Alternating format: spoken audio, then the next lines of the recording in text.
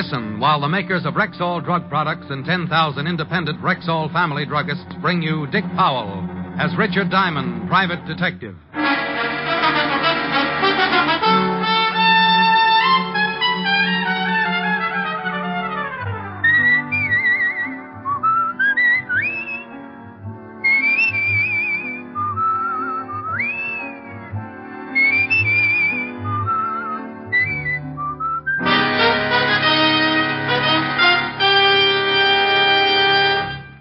Good evening. This is your Rexall family druggist with a welcome from the 10,000 independent druggists who have made the word Rexall part of our own store names. We've done that because we recommend and sell the 2,000 or more drug products made by the Rexall Drug Company. Like Plenamins, for example. Rexall's famous multivitamin capsules. 2 Plenamins a day give you more than your daily minimum requirements of every vitamin for which such requirements have been established. Plus valuable liver concentrate and iron. And yet, Plenamins cost only pennies per day.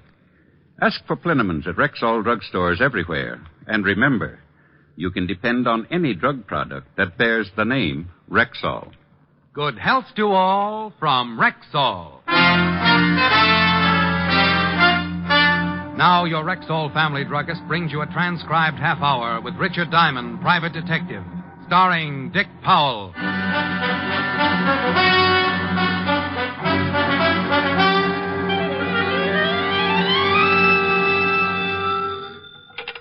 Diamond Detective Agency. Handy hints on happy homicide. I beg your pardon? I said Diamond Detective Agency. Handy hints. Yes, I heard the last part, but I just wanted to be sure there was nothing the matter with my phone.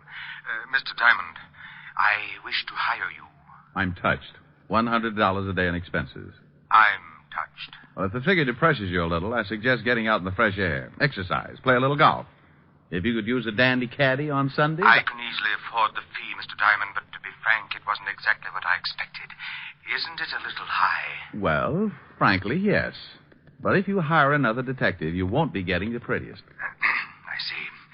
Can you come to my house at 6 this evening? Name, address, and reason for hiring me? George Lexington, Golden Strand, Long Island. And I'm in fear of my life.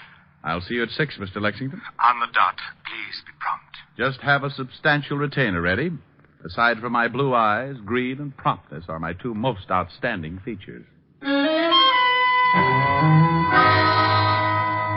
Well, that's the way a buck's made in my business. I sit around the office for a week, passing the idle hours, playing old Welsh mining tunes on a comb. Then someone gets in trouble, opens the phone book, and naturally the first thing that must catch their eye is my very gaudy full-page advertisement on the Diamond Detective Agency. After that, a phone call, and I'm in business. At 6 sharp, I was ringing the doorbell at the home of Mr. George Lexington, client in fear of his life. Yes, sir? Mr. Diamond, to see Mr. Lexington. Mr. Lexington is busy at the moment. Does he expect you? I have an appointment with him at 6. Oh, I see. Please step in. If you'll wait in the library, sir, I'll tell Mr. Lexington you are here. What was that? Unless you keep a car in one of the upstairs rooms, that, my friend, was a gun going off. Come on. With the butler right behind me, we took the long, curved staircase 3 steps at a time.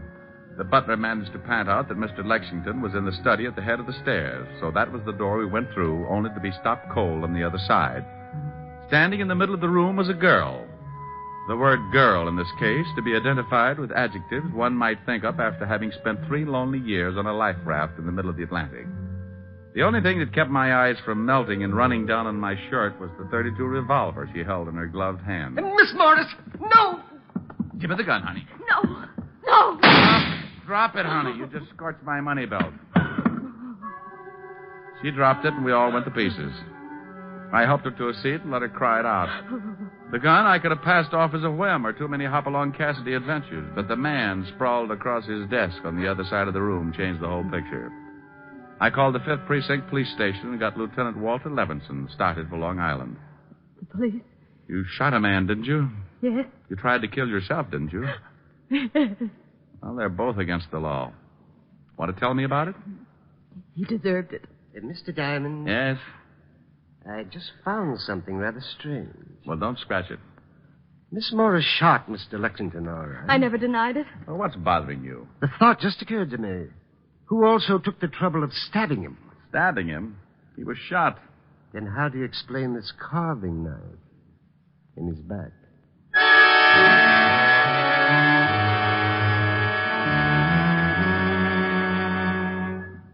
Oh, now, Diamond, you stop that. But it's true, Walt.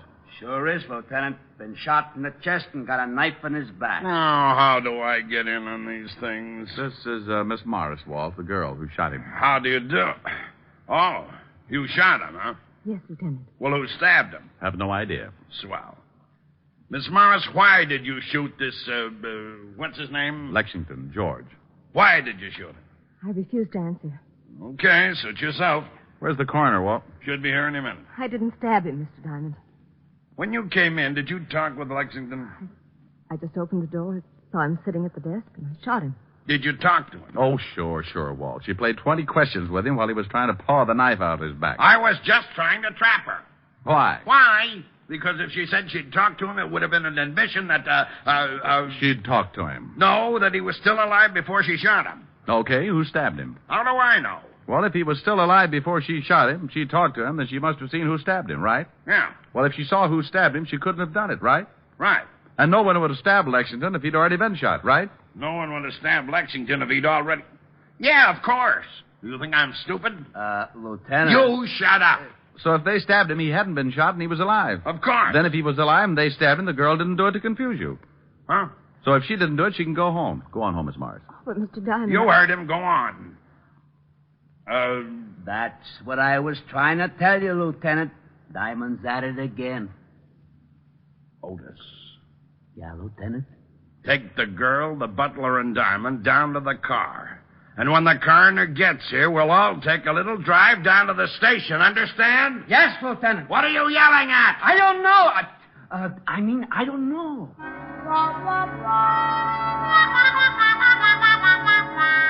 Well, the coroner finally arrived and suggested an autopsy for the corpse and a bath in some hot mud for Walt. Then we all climbed into the squad car and headed for downtown New York and the 5th Precinct Police Station. On the way, I told Walt about my phone call from Lexington about 3:45 that afternoon and the few details leading up to finding June Morris with a smoking gun and the dead Mr. Lexington. At the station, we continued to question the girl as to her motive for the killing, but she refused to say anything. The butler could add nothing, so they were taken out to await further questioning. She was allowed to call her lawyer, and we all settled down to wait for the coroner's report on the autopsy. Yeah? The dame's lawyer is here. Wants to see you first. Okay. Girl's lawyer. Mr. Farnsworth, Lieutenant. Hello, Lieutenant. What is this all about? Mr. Diamond, Mr. Farnsworth. How do you do? How are you? I just got a call from Miss Morris. Lieutenant. Pardon me a minute. Well, what do you want, Hammerhead? I got the girl's personal effects. Well, give them to me. Okay. Gee, what did I do? Nothing, Sergeant, but your family sure botched things up. Oh, there you are, Lieutenant. Thank you. Gee, I don't know. Am I to understand that Miss Morris is being held here on a murder charge? That's right. Just whom is Miss Morris supposed to have killed? You know a Mr. George Lexington? Why, yes. He's the boy. Maybe you can tell us why she would want to kill him. I suggest you question the witness, Mr. Diamond. But let me warn you beforehand. My advice to my client will be to say nothing until I can find out more about this thing for myself. Now, about Miss Morris. She stays put. Lieutenant, I have a great deal of influence. Then get her rich. She stays put. What about this George Lexington's background, Mr. Farnsworth? Let me give you one more suggestion before I leave. Find these things out for yourself. I have a fair reputation in the legal profession. Good evening, Mr. Farnsworth. I'll have that writ, Lieutenant. Ah, go to blazes. Nice fella. A doll. Well, let's see if there's anything in these personal effects here. Take a look through the purse. Okay. Otis, Yeah, Lieutenant. bring in the butler. Right. Here's something, Walt. What is it? A typewritten note in the bottom of her purse. What's that? Meet me at the house at 5:15 this evening. Bring $15,000 and be prompt, or you will regret it for the rest of your life. Signed, George. George Lexington. Well, bully for you. Diamond, I swear. Out to the butler, Lieutenant. Come in. Sit down. Well, thanks. My face... Not you, melonhead. Get out of here. Oh, well, okay. I just thought... Otis. Yeah? When the coroner's report comes in, bring it right in and bring the girl along with it. Yeah, Lieutenant. How do you feel, Arthur? A little upset, sir. This has been quite a strain. Last name Cameron? Yes, sir. How long have you worked for George Lexington? About 4 years, sir. Ever since Mr. Lexington came east. Did you know him before that? No, sir. You ever mentioned where he was from? California, I think. Had a lot of money? I presume so. I was paid regularly. He maintained a good-sized house and entertained frequently. To my knowledge, he never had any debts that weren't paid immediately. How long have you known Miss Morris? She and Mr. Lexington were engaged 2 years ago. It only lasted a few months. But they still saw each other occasionally. Did you know Miss Morris was expected tonight? Yes, sir. She called and said she would be there at 5:45. You sure about the time? Yes, sir. But you didn't expect me at 6. No, sir. Mr. Lexington said nothing about it. Is there another way into that study? Yes, sir. A back door leading down to the garden. Did Lexington have any other visitors during the day? No, sir. Was he in from 3 to 5? Yes, sir. I got the coroner's report and Miss Morris, Lieutenant. Okay, that's all, Arthur. We'll have to hold you until this thing straightens itself out. You go along with Sergeant Loveloon. Yes, sir. Oh, Arthur, Yes, sir. does Mr. Lexington own a typewriter? No, sir. All right. Come in, Miss Morris. Sit down. Here's the report and the bullet taken out of Lexington and the knife. Take the butler downstairs. Right. Let's go, Arthur. Yes. When did you receive this note, Miss Morris? Oh, where? We found it in your purse. When you become a murder suspect, I'm afraid nothing's very private. This morning. It's from George Lexington? Yes. He have something on you? Okay, you're just hurting yourself. Miss Morris, did you know a man named Jack Short? No. Who's Jack Short, Walt? Just read this report. Here's what it says about the late Mr. George Lexington. Fingerprints check one Jack Short, arrested 1936, 38, 39, petty theft, suspicion of robbery, suspicion of possessing narcotics, 3 arrests, 1 conviction. Did a year and a day in Alcatraz. When did he have time to do his laundry? He was arrested again in 1942 for manslaughter. Went to trial, case dismissed for lack of evidence. Lovely boy. You mean George Lexington? Was really Jack Short a criminal with a record? But his house, servants, the money he spent. That's something we're going to find out about. What does the coroner's report say, Walt? The knife did kill him, not the bullet. And the knife has got your fingerprints all over it, Miss Morris. What? It's got a what? That's right. Ever see it before, Miss Morris? Why, I don't know. It's a carving knife. One that might belong to a cent. Something wrong? That's my carving knife. I missed it this morning. Sure. When was the last time you used it? Last night. I gave a small dinner party. Do you own a typewriter, Miss Morris? Yes, I do. Hello, June. You'd better come along with me. Oh, Mr. Farnsworth. Just a minute. What's the idea of busting in here like this, Farnsworth? I tried to stop him, You Lieutenant. should have stuck out one of your big feet. Those things could trip a tank. I told you I would be back with a writ. Well, I'm here, and there's the writ. Come, June. She stays right here. Lieutenant, you don't seem to No, understand. you don't seem to understand, Mr. Farnsworth. You got that written and it was sustained because I was nice enough not to issue a formal complaint. Also, there's a little matter of influence. You're darn right, and I'm going to show you how it works. I'm making a formal complaint right now, and the charge is murder. And if you don't think I can make it stick, I won't even bother to throw you out of my office. I'll let the commissioner do it for me. Now get out of here. Gee, you're wonderful, Lieutenant. You shut up.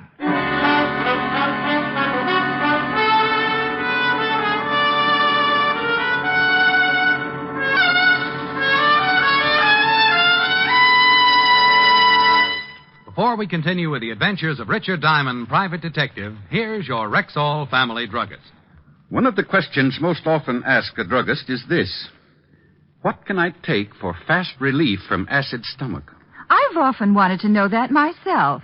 What's your answer? Naturally, ma'am, it's Bismarex, Rexall's justly famous antacid. Why? What is it that makes it so outstanding? Well, the secret lies in the scientifically developed formula. You see, the active ingredients in Bismarex vary in the time it takes them to dissolve in the stomach. That way, the relief it gives is not only fast, but continuous and prolonged. Excess acidity is often neutralized in less than 1 minute. Then the other ingredients, dissolving more slowly, ease up that gastric distress. And finally, Bismarex leaves a soothing protective covering on irritated stomach membranes. Well, I'll have to remember that. Bismarex. Is that how you say it? That's right, ma'am. BISMA-REX. Bismarex. Ask for Bismarex at Rexall drugstores everywhere. And remember, you can depend on any drug product that bears the name Rexall. And now back to tonight's adventure with Richard Diamond, Private Detective, starring Dick Powell. Well, Farnsworth got the idea in a hurry and took off like a rabbit with his tail on fire. Walt lived up to his word. After making the formal charge and producing the evidence, the writ was dismissed. He then secured a search warrant for both Miss Morris's flat and George Lexington's house on Long Island. Our first stop was Miss Morris's apartment, and when we went in, I thought how much it looked like her. Small, beautifully decorated. We went over the whole place, nothing except in the small den. Here's the party list she told us about. Good 30 names here. Typed. There's a typewriter. You got that note you had in the purse? Yeah, here.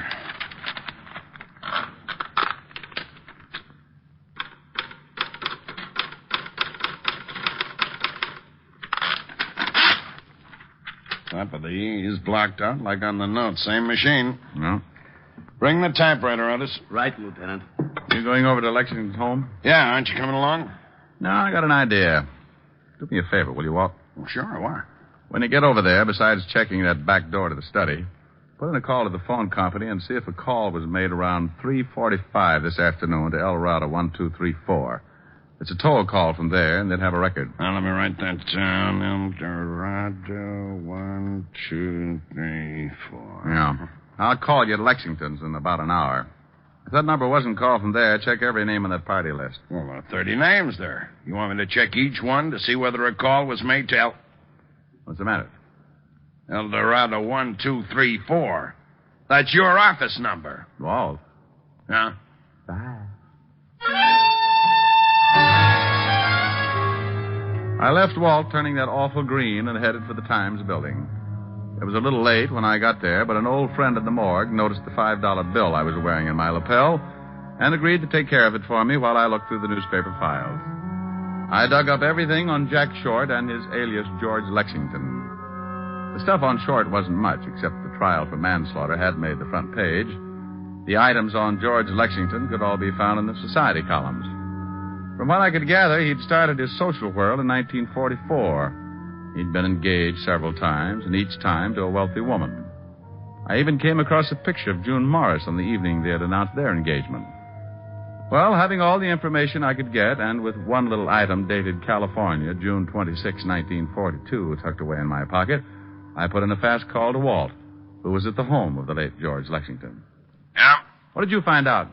Well, someone could have gotten in the back door. There were some blurred footprints outside in the garden, but they won't help. If you had a key, you could let yourself in and walk right up the study. What about the phone call? There was no call made from here to your office, but one of the names on the list paid off. Mrs. Julia Wright out on Long Island. Now, would you mind telling me what this is all about? You stay right there, Walt. I'm going out to see Mrs. Julia Wright. If she called your office today at 3:45, you certainly must have talked to her. George Lexington called my office today at 3:45. But he couldn't have. The butler said Lexington wasn't out of the house and the call wasn't made from here. Well, someone called. Maybe it was the right day. Maybe she got a low voice and told you she was Lexington. Walt. No? Oh, forget it. You wouldn't like it anyway.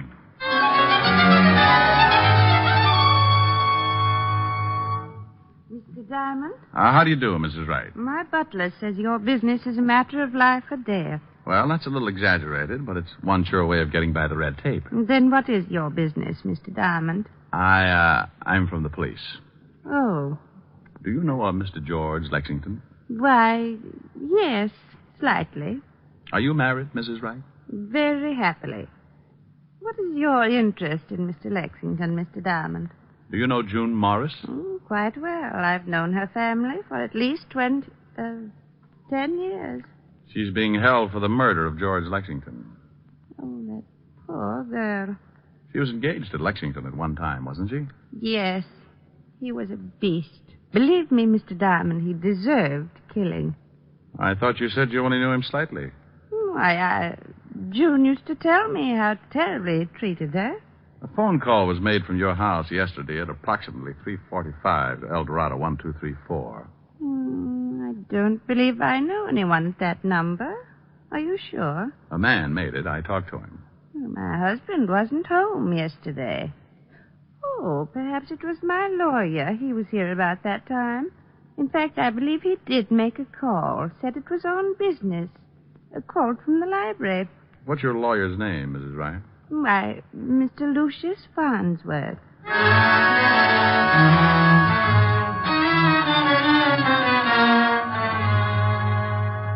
I don't believe it. I just don't believe it. I certainly don't like the guy, but his reputation's been spotless. It's just got to be, Walt. Here's the girl, Lieutenant. Come in, Miss Morris. Thank you, Lieutenant. Hello, Mr. Diamond. June, the note you received was written on the typewriter in your den. What? Lab just sent up a report. You think I sent that note to myself? No. But can you remember anyone using the typewriter in the last 2 days? No. No one has used it but myself. What about the night of the party? Who uses a typewriter at a party? Anyone go in the den and maybe lock the door? What? Why, yes. As a matter of fact, Mr. Farnsworth said he had to make some business calls. He went in and closed. You don't think that... That Farnsworth did it? Why, it's absurd. He's been with my family for years. Did he introduce you to George Lexington? Yes, it was at a party at Julia Wright's. Did Mr. Farnsworth know that you owned a gun? No one knew it.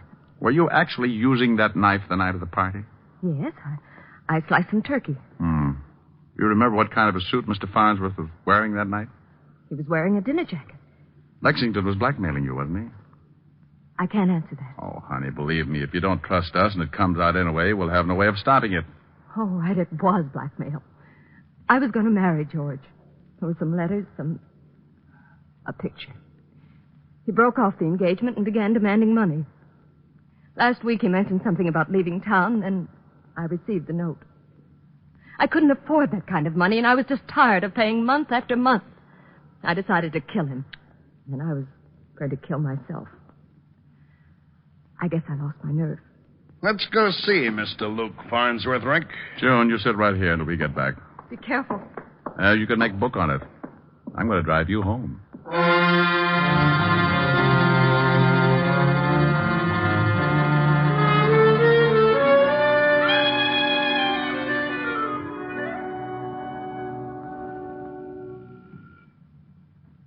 Use your paw.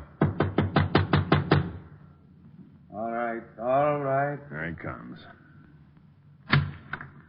Yes, what is... Oh.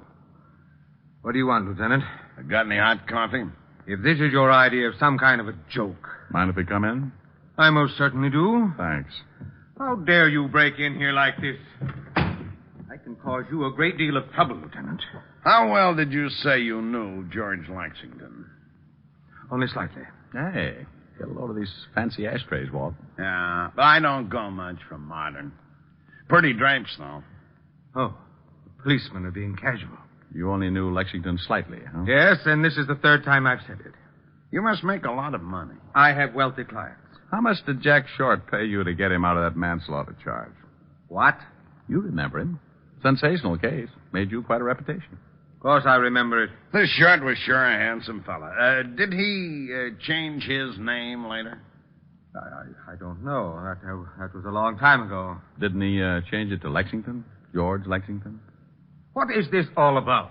Mind if we look around the place? I most certainly do. Is that your bedroom? You have no right to go in there. Where's your warrant? Nice bedroom. Get out. Get out. I'll call the commissioner. Why don't you do that? These your keys? Put those down. Take it easy. I wonder if one of these fits a back door to George Lexington's study. Don't be ridiculous. I've only been to Mr. Lexington's house twice in my life. Arthur, the butler, will verify to that. You mean you've only been there twice, but the front way? I mean exactly that. What are you doing in that closet? Nice wardrobe. This your dinner jacket? Lieutenant, I warn you. No, I'm going to warn you, Farnsworth, officially. Anything that you may say will be held against you. I'm charging you with the murder of George Lexington. Well, this is really one for the books. Would you mind telling me what proof you have? You called my office at 3:45 this afternoon from the home of Mrs. Julia Wright. Disguised your voice and told me you were George Lexington. Really? Hearsay. You were at a party given by June Morris. You stole a carving knife that she'd been using, probably wrapped it up in a handkerchief to keep her fingerprints on the handle. Did someone see me? For some reason, you wanted George Lexington out of the way. He'd been blackmailing victims that you introduced him to. You made sure that Miss Morris would be at his home at exactly 5:45. You wrote a note on her typewriter telling her to be there. You called me to be sure that someone would catch her. Interesting theory. You went up the back way into the study, probably with one of these keys. You stabbed Lexington and got out just before the girl came up. You made one mistake. You didn't figure that the girl might try to kill Lexington. What? Yeah, she shot him, but she shot a dead man. She shot him? After he was dead. You don't know it, Buster, but you just missed the perfect crime. Now prove it. The girl said you were wearing a dinner jacket the night of her party. This the coat? Yes. But to get the knife out, you had to put it in a pocket or someplace on you. She had been carving turkey. Ever hear of a spectrograph? Of course. Sure. Have the pockets analyzed, and if we find traces of turkey, we'll know you swiped the knife. And if the key to Lexington's back door is on this ring, it'll cinch it. I'm afraid not to. Come back here, Farnsworth. He's going for the window. Farnsworth, stop! Let me go. Let me go! Not on your life. Not on your life. You don't take it the easy way. Get hold of his hand. No. Got him. No. Why didn't you let me jump? What difference would it have made? Well, it sure would have saved the state some money. But a quick trip to the sidewalk doesn't make up for a killing. That's the easy way, Farnsworth. You forget when you commit murder, there's a little thing called society. And if you can't live with people, they'll decide what to do with you. Oh, that last mile is a Lulu.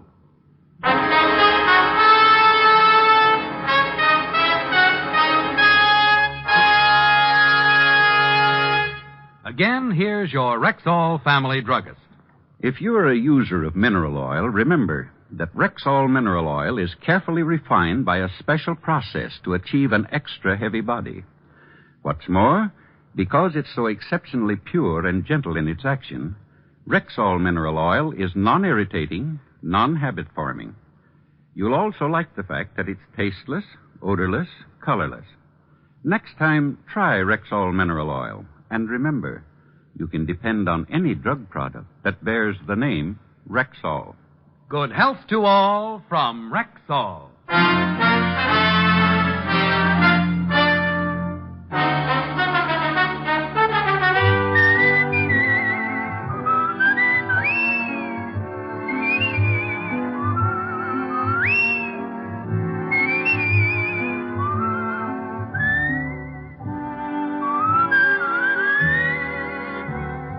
Richard Diamond, Private Detective, stars Dick Powell in the title role and is written by Blake Edwards with music composed and conducted by Frank Worth. Featured in tonight's cast were Ted DeCorsia, Wilms Herbert, Ted Osborne, Betty Moran, Howard McNear, and Virginia Gregg. Richard Diamond, Private Detective, is transcribed in Hollywood by Jaime Del Valle.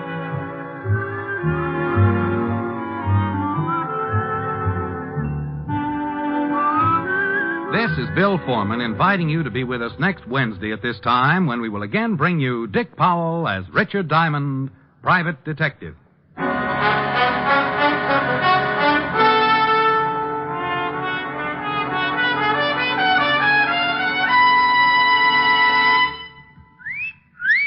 Hiya, beautiful. Get lost, Bristlepuss. You need a shave. But I have shaved. What else do you want me to do? Silly boy, she wants you to go Stag. Go Stag? But why? Because Stag is Rexall's exclusive line of men's good grooming aids, like Stag Brushless Shave Cream. No fuss, no massage, just smooth it on, and presto, you get a clean, close shave. Your face stays smooth and whiskerless all day long. I'll do it. I'll go Stag. That's it. Join the Stag line now at Rexall drugstores everywhere. Yes. This is NBC, the National Broadcasting Company.